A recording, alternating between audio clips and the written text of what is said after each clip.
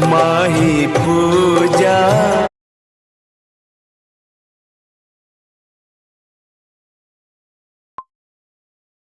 बहनों, इन दिनों पूरे देश में इस बात की चर्चा चल रही है, नोटों का क्या होगा।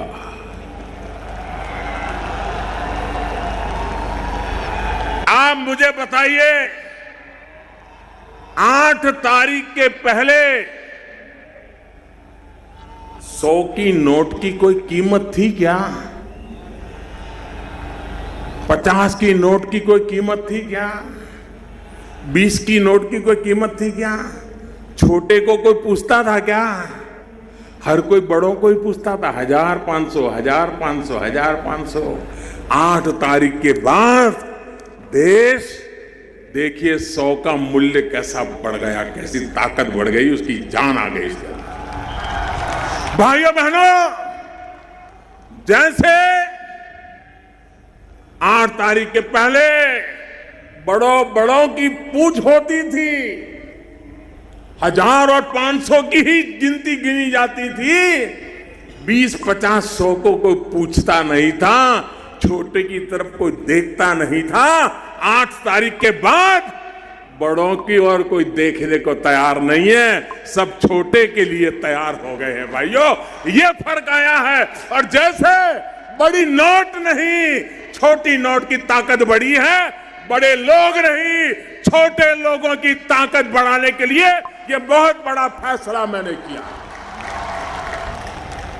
देश का गरीब, देश का सामान्य मानवी, जैसे 100 रुपये की ताकत बढ़ गई,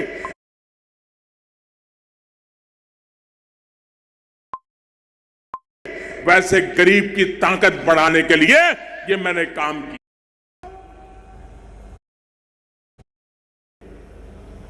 भ्रष्टाचार, काला धन, ये धारा में वापस आना चाहिए। आतंकवादियों को जहां से ताकत मिलती थी, उन रास्तों को रोकने में सफल हुए।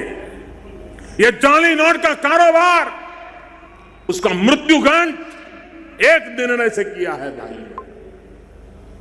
भ्रष्टाचार, काला धन, ये भ्रष्टाचार और काले धन में पीड़ा किसको होती थी? किसी बेईमान को न भ्रष्टाचार से परेशानी थी, न काले धन से परेशानी थी। एक भ्रष्टाचारी को दूसरे भ्रष्टाचारी को कुछ देना भी पड़ता था, तो भी देने वाला भ्रष्टाचारी दुखी नहीं था।